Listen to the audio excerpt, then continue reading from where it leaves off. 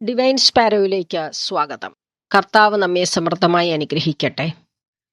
ഇന്ന് നമ്മൾ ബൈബിളിലെ പ്രശസ്തവും ശക്തിയുള്ളതുമായ മറ്റൊരു സങ്കീർത്തനത്തെ ആഴത്തിൽ ഉൾക്കൊണ്ട് പ്രാർത്ഥിക്കാൻ തുടങ്ങുകയാണ്. സ്വർഗത്തിലെ ദൈവം നിങ്ങളുടെ ജീവനെ രക്ഷിച്ചു നയിക്കുമാറാകട്ടെ. ബൈബിളിലെ മറ്റൊരു ശക്തമായ അധ്യായങ്ങളിൽ ഒന്നാണ് സങ്കീർത്തനം 27. ദൈവത്തിൽ പ്രത്യാശയും ആത്മവിശ്വാസവും അഭയവും ഉണ്ടാക്കുന്ന ഒരു സങ്കീർത്തനമാണിത്. ഈ ശക്തമായ സങ്കീർത്തനം നിങ്ങളുടെ കുടുംബത്തിനും നിങ്ങളുടെ ജീവിതത്തിലും അനുഗ്രഹവും വിജയവും സംരക്ഷണവും കൊണ്ടുവരട്ടെ എന്ന് ദൈവത്തോട് പ്രാർത്ഥിക്കുന്നു. ദാവീദ് എഴുതിയ ഈ സങ്കീർത്തനം ദൈവത്തിന്റെ സാന്നിധ്യത്തിൽ വിശ്വാസിക്കുണ്ടാകുന്ന ആത്മവിശ്വാസത്തെയും ധൈര്യത്തെയും ഉറപ്പിച്ചു പറയുന്നു. ദൈവത്തെ തന്റെ വെളിച്ചവും രക്ഷയും കോട്ടയും എന്ന് വിളിക്കുന്ന ദാവീദ് ഭയവും ആക്രമണങ്ങളും താൻ നേരിടില്ലെന്ന് പ്രഖ്യാപിക്കുന്നു. എത്രയോ വെല്ലുവിളികളും ശത്രുക്കളും അനിശ്ചിതത്വങ്ങളും നേരിടുന്ന കാലത്തും ദാവീദിന്റെ മനസ്സ് ദൈവത്തിൽ ഉറച്ചു നിന്നു. ദൈവത്തിലുള്ള ആത്മബന്ധത്തിലൂടെ കരുത്ത് കണ്ടെത്തി.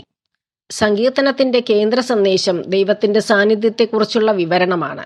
കർത്താവിന്റെ ഭവനത്തിൽ വസിക്കാനും ദൈവത്തിന്റെ സൗന്ദര്യം അനുഭവിക്കാനും അവന്റെ മാർഗനിർദ്ദേശം തേടാനും ദാവീദ് അദമ്യമായി ആഗ്രഹിച്ചിരുന്നു. സങ്കീർത്തനത്തിലുടനീളം വിശ്വാസത്തിന്റെ പ്രഖ്യാപനങ്ങളും സംരക്ഷണത്തിനും കൃപയ്ക്കും വേണ്ടിയുള്ള ആത്മാർത്ഥമായ പ്രാർത്ഥനകളും തമ്മിലുള്ള സന്തുലിതാവസ്ഥയാണ്.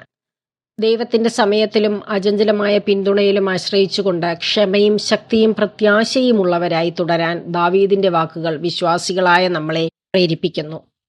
ഈ സങ്കീർത്തനം ദൈവത്തിന്റെ ശാശ്വതമായ വിശ്വസ്തതയുടെ ഓർമ്മപ്പെടുത്തലായി ഇന്നും നിലനിൽക്കുന്നു. ബുദ്ധിമുട്ടുകൾ നേരിടുന്നവർക്ക് ആശ്വാസവും ഉറപ്പും ഈ സങ്കീർത്തനം നൽകുന്നു. കർത്താവിൽ ആശ്രയം. കർത്താവ് എൻ്റെ പ്രകാശവും രക്ഷയുമാണ്, ഞാൻ ആരെ ഭയപ്പെടണം. കർത്താവിൻ്റെ ജീവിതത്തിന് കോട്ടയാണ്, ഞാൻ ആരെ പേടിക്കണം. എതിരാളികളും ശത്രുക്കളുമായ ദുർവൃത്തർ ദുരാരോപണങ്ങളുമായി എന്നെ ആക്രമിക്കുമ്പോൾ അവർ തന്നെ കാലിടറി വീഴും. ഒരു സൈന്യം തന്നെ എനിക്കെതിരെ പാളയമടിച്ചാലും എൻ്റെ ഹൃദയം ഭയം അറിയുകയില്ല. എനിക്കെതിരെ യുദ്ധമുണ്ടായാലും ഞാൻ ആത്മധൈര്യം വെടിയുകയില്ല. ഒരു കാര്യം ഞാൻ കർത്താവിനോട് അപേക്ഷിക്കുന്നു, ഒരു കാര്യം മാത്രം ഞാൻ തേടുന്നു, കർത്താവിൻ്റെ മാധുര്യം ആസ്വദിക്കാനും കർത്താവിൻ്റെ ആലയത്തിൽ അവിടുത്തെ ഹിതം ആരായാനും വേണ്ടി ജീവിതകാലം മുഴുവൻ അവിടുത്തെ ആലയത്തിൽ വസിക്കാൻ തന്നെ. ക്ലേശകാലത്ത് അവിടുന്ന് തൻ്റെ ആലയത്തിൽ എനിക്ക് അഭയം നൽകും. തൻ്റെ കൂടാരത്തിനുള്ളിൽ എന്നെ ഒളിപ്പിക്കും. എന്നെ ഉയർന്ന പാറമേൽ നിർത്തും. എന്നെ വലയം ചെയ്യുന്ന ശത്രുക്കളുടെ മുകളിൽ എൻ്റെ ശിരസ് ഉയർന്നു നിൽക്കും. ആഹ്ലാദാരവത്തോടെ അവിടുത്തെ കൂടാരത്തിൽ ഞാൻ ബലികളർപ്പിക്കും. ഞാൻ വാദ്യഘോഷത്തോടെ കർത്താവിനെ സ്തുതിക്കും. കർത്താവെ, ഞാൻ ഉച്ചത്തിൽ വിളിച്ചപേക്ഷിക്കുമ്പോൾ അവിടുന്ന് കേൾക്കണമേ. കാരുണ്യപൂർവ്വം എനിക്ക് ഉത്തരമരുളയണമേ. എൻ്റെ മുഖം തേടുവിൻ എന്ന് അവിടുന്ന് കൽപ്പിച്ചു. കർത്താവെ, അങ്ങയുടെ മുഖം ഞാൻ തേടുന്നു എന്ന് എൻ്റെ ഹൃദയം അങ്ങയോട് മന്ത്രിക്കുന്നു. അങ്ങയുടെ മുഖം എന്നിൽ നിന്ന് മറച്ചു വയ്ക്കരുതേ. എൻ്റെ സഹായകനായ ദൈവമേ, അങ്ങയുടെ ദാസനെ കോപത്തോടെ തള്ളിക്കളയരുതേ. എൻ്റെ രക്ഷകനായ ദൈവമേ, എന്നെ തിരസ്കരിക്കരുതേ, എന്നെ കൈവെടിയരുതേ. അപ്പനും അമ്മയും എന്നെ ഉപേക്ഷിച്ചാലും കർത്താവ് എന്നെ കൈക്കൊള്ളും. കർത്താവെ, അങ്ങയുടെ വഴി എനിക്ക് കാണിച്ചു തരണമേ. എനിക്ക് ശത്രുക്കൾ ഉള്ളതിനാൽ എന്നെ നിരപ്പായ വഴിയിലൂടെ നയിക്കണമേ. വൈരികളുടെ ഇഷ്ടത്തിന് എന്നെ വിട്ടുകൊടുക്കരുതേ. കള്ളസാക്ഷികൾ എനിക്കെതിരെ ഉയർന്നിരിക്കുന്നു. അവർ ക്രൂരത നിശ്വസിക്കുന്നു. ജീവിക്കുന്നവരുടെ ദേശത്ത് കർത്താവിൻ്റെ നന്മ കാണാമെന്ന് ഞാൻ വിശ്വസിക്കുന്നു. കർത്താവിൽ പ്രത്യാശ അർപ്പിക്കുവിൻ. ദുർബലരാകാതെ ധൈര്യം അവലംബിക്കുവിൻ. കർത്താവിന് വേണ്ടി കാത്തിരിക്കുവിൻ. ഇനി നമുക്ക് ഇതിൻ്റെ അർത്ഥം നോക്കാം. കർത്താവ് എൻ്റെ പ്രകാശവും രക്ഷയുമാണ്, ഞാൻ ആരെ ഭയപ്പെടണം. കർത്താവിൻ്റെ ജീവിതത്തിന് കോട്ടയാണ്, ഞാൻ ആരെ പേടിക്കണം. ദൈവത്തിലുള്ള വിശ്വാസത്തിൻ്റെ പ്രഖ്യാപനത്തോടെയുമാണ് ഈ സങ്കീർത്തനം ആരംഭിക്കുന്നത്. ദൈവത്തെ വെളിച്ചമെന്ന് വിളിക്കുന്നതിലൂടെ ഇരുട്ടിന്റെ നടുവിലും നമുക്ക് നൽകപ്പെടുന്ന മാർഗനിർദ്ദേശങ്ങളും വ്യക്തതയും പ്രത്യാശയും ഊന്നി പറയുന്നു. രക്ഷ എന്നത് രക്ഷാപ്രവർത്തനത്തെയും അപകടത്തിൽ നിന്നുള്ള മോചനത്തെയും സൂചിപ്പിക്കുന്നു. അതേസമയം ശക്തികേന്ദ്രം എന്നത് അഭയത്തിന്റെയും സംരക്ഷണത്തിന്റെയും സ്ഥലത്തെ സൂചിപ്പിക്കുന്നു. ഇവയെല്ലാം ചേർന്ന് സങ്കീർത്തകൻ ദൈവസാന്നിധ്യം കൊണ്ടുള്ള സുരക്ഷിതത്വവും ഭയത്തിൽ നിന്നുള്ള മോചനവും ഉറപ്പിച്ചു പറയുന്നു. 2-ാം വചനം. എതിരാളികളും ശത്രുക്കളുമായ ദുർവൃത്തർ ദുരാരോപണങ്ങളുമായി എന്നെ ആക്രമിക്കുമ്പോൾ അവർ തന്നെ കാലിടറി വീഴും. എൻ്റെ മാംസം തിന്നാൻ ശ്രമിക്കുന്ന ശത്രുക്കളുടെ ചിത്രങ്ങൾ എന്നത് തീവ്രമായ ശത്രുതയും ആക്രമണവും സൂചിപ്പിക്കുന്നു. എതിരാളികൾ ഉണ്ടായിരുന്നിട്ടും ദൈവം അവരെ പരാജയപ്പെടുത്തുമെന്ന് സങ്കീർത്തകൻ വിശ്വസിക്കുന്നു. ദൈവത്തിന്റെ സംരക്ഷണം ഏതൊരു ഭീഷണിയെക്കാളും ശക്തമാണെന്ന വിശ്വാസത്തിൽ നിന്നാണ് ഈ ആത്മവിശ്വാസം ഉടലെടുക്കുന്നത്. മൂന്നാം വചനം. ഒരു സൈന്യം തന്നെ എനിക്കെതിരെ പാളയമടിച്ചാലും എൻ്റെ ഹൃദയം ഭയം അറിയുകയില്ല. എനിക്കെതിരെ യുദ്ധമുണ്ടായാലും ഞാൻ ആത്മധൈര്യം വെടിയുകയില്ല. അതിശക്തമായ എതിർപ്പിന് മധ്യേയും സങ്കീർത്തകൻ ഉറച്ച ഹൃദയം കാത്തുസൂക്ഷിക്കുന്നു. എത്ര ഭയാനകമായ സാഹചര്യമുണ്ടായാലും സംരക്ഷിക്കാനും നിലനിർത്താനുമുള്ള ദൈവത്തിൻ്റെ കഴിവിലുള്ള അചഞ്ചലമായ വിശ്വാസത്തിൽ നിന്നാണ് സമാധാനത്തിൻ്റെയും വിശ്വാസത്തിൻ്റെയും ഈ ബോധം വരുന്നത്. നാലാം വചനം. ഒരു കാര്യം ഞാൻ കർത്താവിനോട് അപേക്ഷിക്കുന്നു, ഒരു കാര്യം മാത്രം ഞാൻ തേടുന്നു, കർത്താവിൻ്റെ മാധുര്യം ആസ്വദിക്കാനും കർത്താവിൻ്റെ ആലയത്തിൽ അവിടുത്തെ ഹിതം ആരായാനും വേണ്ടി ജീവിതകാലം മുഴുവൻ അവിടുത്തെ ആലയത്തിൽ വസിക്കാൻ തന്നെ. ഈ വാക്യം സങ്കീർത്തകന്റെ അഗാധമായ ആഗ്രഹം പ്രകടിപ്പിക്കുന്നു. നിരന്തരം ദൈവത്തിന്റെ സാന്നിധ്യത്തിലായിരിക്കുക, കർത്താവിന്റെ ഭവനത്തിൽ വസിക്കുക എന്നത് ദൈവവുമായുള്ള ഒരു ഉറ്റ ബന്ധത്തിനായുള്ള ആഗ്രഹത്തെ സൂചിപ്പിക്കുന്നു. അവിടെ അവന് സൗന്ദര്യവും സമാധാനവും സത്യവും കണ്ടെത്താനാകും. ക്ഷേത്രം എന്നത് ദൈവത്തിന്റെ വാസസ്ഥലത്തിന്റെ ഒരു രൂപകമാണ്. അവിടുത്തെ ആരാധനയും മാർഗനിർദ്ദേശവും പഠനവും അനുഭവപ്പെടുന്നു. അഞ്ചാം വചനം. ക്ലേശകാലത്ത് അവിടുന്ന് തന്റെ ആലയത്തിൽ എനിക്ക് അഭയം നൽകും. നിന്റെ കൂടാരത്തിനുള്ളിൽ എന്നെ ഒളിപ്പിക്കും, എന്നെ ഉയർന്ന പാറമേൽ നിർത്തും. പ്രതിസന്ധി ഘട്ടങ്ങളിൽ അഭയവും സുരക്ഷിതത്വവും നൽകുന്ന ഒരു സംരക്ഷകനായി സങ്കീർത്തകൻ ദൈവത്തെ ചിത്രീകരിക്കുന്നു. അവന്റെ കൂടാരത്തിന്റെ മൂടുപടം ദൈവിക സംരക്ഷണത്തെ സൂചിപ്പിക്കുന്നു. അതേസമയം പാറയുടെ മുകളിൽ എന്നത് അപകടത്തിൽ നിന്നുള്ള സുരക്ഷിതത്വത്തിന്റെയും സ്ഥിരതയുടെയും സ്ഥാനത്തെ സൂചിപ്പിക്കുന്നു. ഈ വാക്യം ഒരു അഭയസ്ഥാനമെന്ന നിലയിൽ ദൈവത്തിന്റെ പങ്കിനെ അടിവരയിടുന്നു. ആറാം വചനം.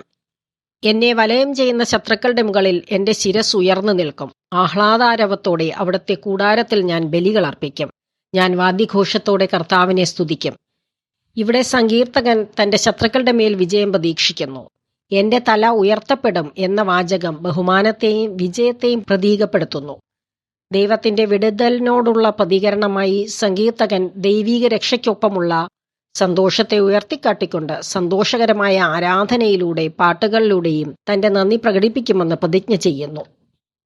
ഏഴാം വചനം. കർത്താവെ, ഞാൻ ഉച്ചത്തിൽ വിളിച്ചപേക്ഷിക്കുമ്പോൾ അവിടുന്ന് കേൾക്കണമേ. കാരുണ്യപൂർവ്വം എനിക്ക് ഉത്തരമരുളയണമേ. ദുർബലതയുടെ ഒരു നിമിഷത്തെ പ്രതിഫലിപ്പിക്കുന്ന കൂടുതൽ അടിയന്തര അഭ്യർത്ഥനകളിലേക്ക് സങ്കീർത്തകൻ മാറുന്നു. അവൻ ദൈവകൃപയ്ക്കും പ്രതികരണത്തിനും വേണ്ടി അപേക്ഷിക്കുന്നു. വിശ്വാസത്തിലായിരിക്കുമ്പോഴും ദൈവീക ശ്രദ്ധയും കരുണയും നമ്മൾ അന്വേഷിക്കണമെന്നും അവ ആവശ്യമായ നിമിഷങ്ങൾ ഉണ്ടാവുമെന്നും പറയുന്നു. എട്ടാം വചനം. എന്റെ മുഖം തേടുവിൻ എന്ന് അവിടുന്ന് കൽപ്പിച്ചു. കർത്താവെ, അങ്ങയുടെ മുഖം ഞാൻ തേടുന്നു എന്നെന്റെ ഹൃദയം അങ്ങയോട് മന്ത്രിക്കുന്നു. സങ്കീർത്തകന്റെ ദൈവവുമായുള്ള ബന്ധത്തെ ഈ വാക്യം ഊന്നി പറയുന്നു. എന്റെ മുഖം അന്വേഷിക്കുക എന്നത് ദൈവത്തിന്റെ ക്ഷണമാണ്. അവനെ ആഴത്തിൽ അറിയാനുള്ള ഒരു ക്ഷണമായി അതിനെ നമുക്ക് കണക്കാക്കാം.